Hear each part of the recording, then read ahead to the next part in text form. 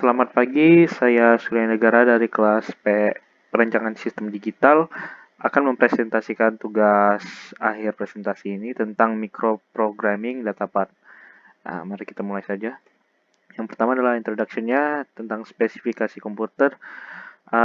Instruction Set Architecture atau ISA adalah spesifikasi dari penampilan komputer untuk programmer di titik yang paling rendahnya.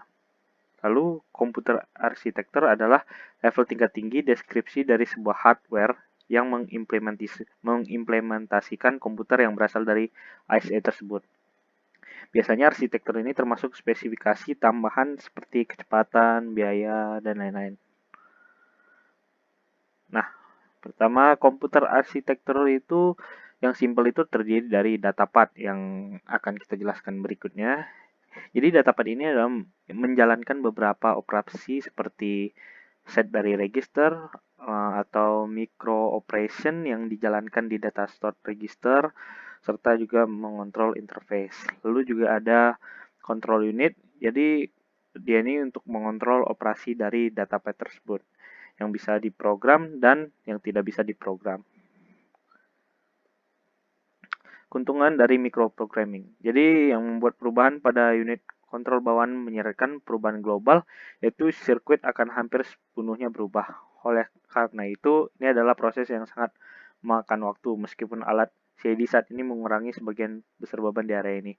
Sebaliknya, untuk unit kontrol yang diprogram dengan mikroprosesor, membuat perubahan hanya mengubah mikroprogram, pola bit dalam mikromemori. Ada alat untuk menghasilkan konten bit ini dari mikroprogram yang dapat dibaca manusia. Karenanya membuat perubahan pada mikroprogram ini mirip dengan mengedit menyusun program. Sirkuit untuk unit control tidak berubah. Ini memungkinkan penambahan instruksi baru, modifikasi mode pengalamatan, dan lain-lain. Atau memperbarui versi perilaku kontrol yang mudah dilakukan. Lalu kekurangan dari microprogramming ini, program mikro mengandalkan mikromemori yang cepat. Ini membutuhkan memori kecepatan tinggi pastinya. Bahkan arsitek mesin mikroprogram lama seperti keluarga IBM S360 bergantung pada teknologi penting ini yang masih dalam pengembangan pada saat itu. Jadi terobosan dalam teknologi memori datang dan S360 menjadi keluarga komputer yang paling sukses. Unit kontrol bawaan jauh jadi lebih cepat, serta pemrograman mikro pada dasar adalah tingkat yang sangat rendah, sehingga sulit untuk menjadi benar sepenuhnya. Pemrograman mikro pada dasarnya bersifat bersamaan. Banyak peristiwa terjadi pada saat yang sama sehingga sulit untuk dikembangkan dan didebug. Nah, ini kita masuk ke contoh datapadnya. Ini adalah gambarnya dari datapadnya ini. Jadi register file ini yang di atas itu terdiri dari 4 register paralel. R0, R1, R2, R3, lalu terdiri atas 2 MUX register selector. Nih, multiplexernya ini. Serta register tujuan decoder. Nah, lalu implementasi micro operationnya ada yang digambar di bawah ini. MUX B untuk external constant input dari B data ini. Lalu ada bus A dan bus B dengan external address dan data output. Function unit, ALU dan shifter dengan MUX F, nih MUX F-nya, untuk pemilihan output, serta MUX D untuk external data input. Logik untuk membuat status bits V, C, and Z. Nah, lalu micro operation-nya contohnya ini. R0 adalah R1 tambah R2. Nah, jadi yang A akan memilih 01 dan meletakkan konten dari R1 ke bus A. Ini bus A. Lalu B select 10, jadi place kontennya dari R2 ke data B. Kemudian G select 0010 memberikan performa lebih untuk G sehingga bus A sama dengan bus B. Lalu ada MF select 0 dan MD select 0 meletakkan value dari G kepada bus D. Lalu destination select 00 membuat load input kepada R0 tersebut. Kemudian karena load enable 1 akan memaksa load input dari R0 ke 1 menjadikan R0 itu terisi oleh clock. Nah, untuk key control dari data path tersebut, kita bisa melakukan beberapa micro operation seperti melakukan shift micro operation mf select sama dengan 1, atau untuk menggunakan konstan dari micro operation menggunakan bus B, menggunakan mb select yaitu 1, untuk memprovide address dan data untuk memory output. Write micro operation bisa kita pakai load enable 0 untuk mencegah register loading. Kemudian untuk memberikan alamat dan mendapatkan data dari memori atau output, read micro operation md select 91. Nah, lalu kita lanjut ke ALU atau arithmetic logic unit. Jadi ALU ini dikompos menjadi sebuah arithmetic circuit dan logic circuit dengan adanya selektor yang memilih antara dua sirkuit. Nah, kita bisa lihat di sini. Ini adalah inputannya Cin, Ci, AI, Wi, S0, S1. Ini adalah stage pertama dari arithmetic circuit dan ini adalah stage pertama dari logical circuit. Serta hasil dari ini akan dimasukkan kepada 2-to-1 multiplexer sehingga menghasilkan satu outputan. Lalu arithmetic circuit design. Jadi arithmetic circuit design ini dikompos menjadi sebuah n-bit parallel adder dan block of logic yang memilih 4 pilihan B input kepada adder. Nah, ini seperti arithmetic circuit yang tadi. Cuman di sini ada rumusnya Cin sama dengan 0. Misalkan Cin sama dengan 0, G sama dengan A, Cin sama dengan 1, G sama dengan A tambah 1. Nah, ini 0. Jika B, G sama dengan A tambah B, dan Cin satunya G sama dengan A tambah B tambah 1. Bedanya ya, ini di sini ada tambah satunya. Nah, untuk 1, G sama dengan A-1. Nah, karena Cin sama dengan 1, di sini A-1-nya dihilangkan ya. Jadi G sama dengan A. Lalu data path representation. Di dalam register file, pilih input untuk multiplexer A dan B. Nah, kemudian input decoder di address D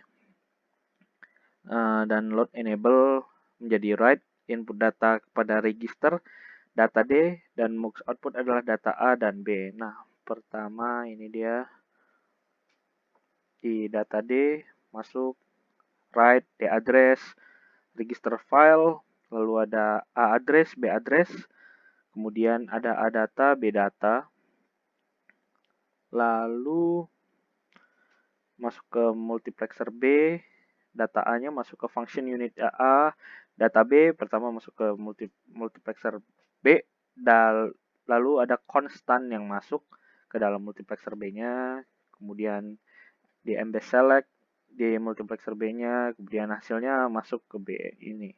Nah, di sini A data juga masuk ke bus A yang kemudian menjadi address out, dan yang hasil dari multiplexer B ini berada di bus B, lalu data out dan masuk ke function unit A dan B.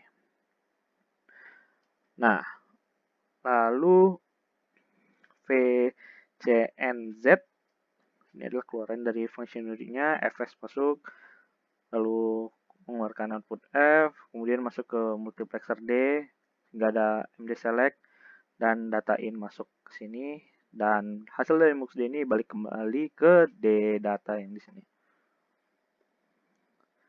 Nah, ini adalah micro operation-nya untuk fs yang tadi, jika 3:0, nih jika 0, 0, 0, 0, select-nya 0, nih F kemudian A, kalau 1 A tambah 1, lalu jika 0010 F ini adalah hasil dari A tambah B, kalau 11 A tambah B tambah 1, dan seterusnya bisa kita lihat ini 100 A tambah B ini 101, 101 A tambah B tambah 1, jika 110 kurang 1, ini bisa kita lihat sisanya sampai 1110.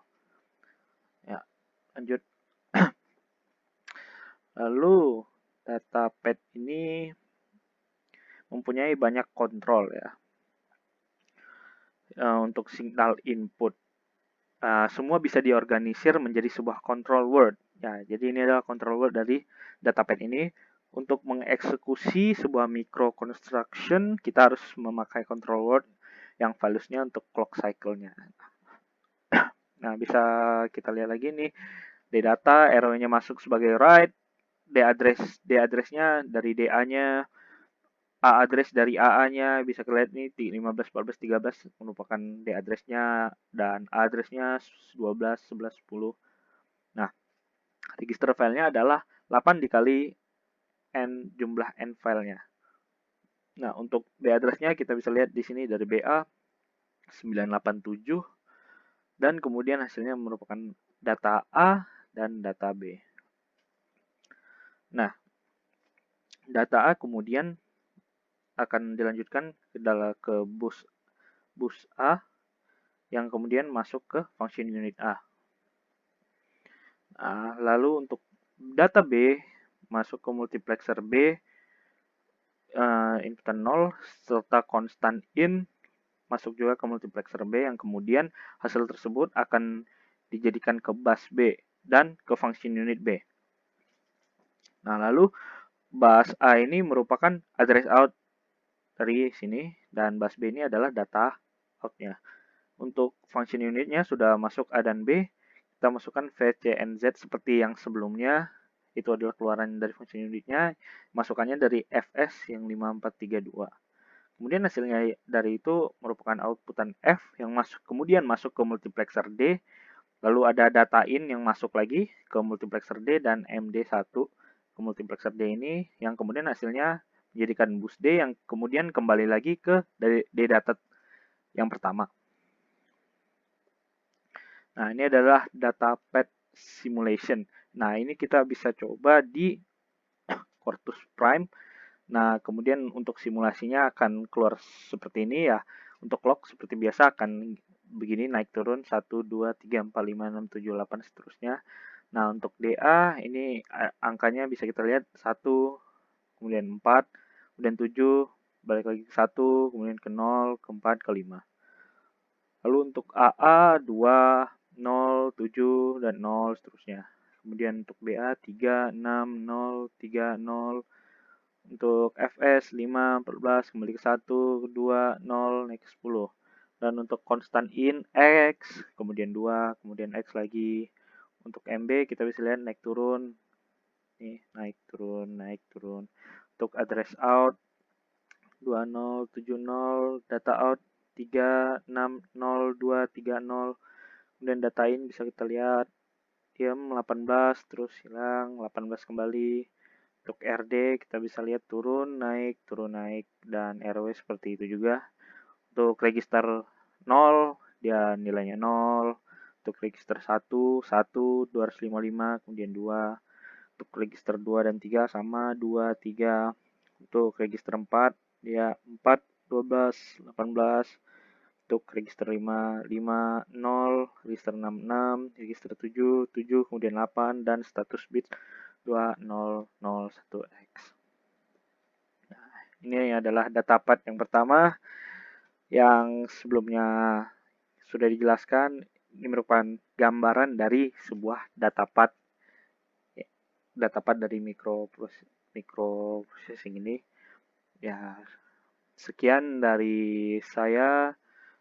Mohon maaf bila banyak kekurangan karena saya juga masih belajar.